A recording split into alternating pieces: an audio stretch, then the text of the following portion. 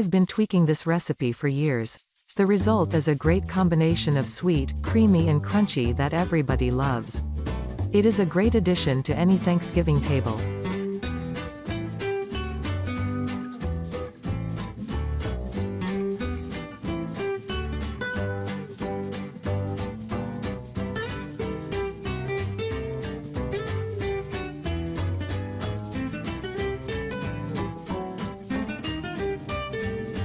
Preheat oven to 350 degrees F. Place pumpkin in a buttered 2-quart casserole dish. Stir in milk, melted butter, eggs and vanilla. Combine the sugar, flour, cinnamon, cloves and nutmeg in a small bowl. Stir into pumpkin mixture. Bake at 350 degrees F for 30 minutes, or until almost set. In a small bowl, combine vanilla wafer crumbs, brown sugar and melted butter.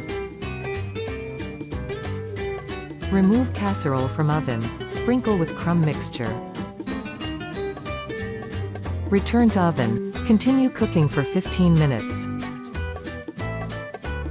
Remove from oven. Serve immediately or refrigerate.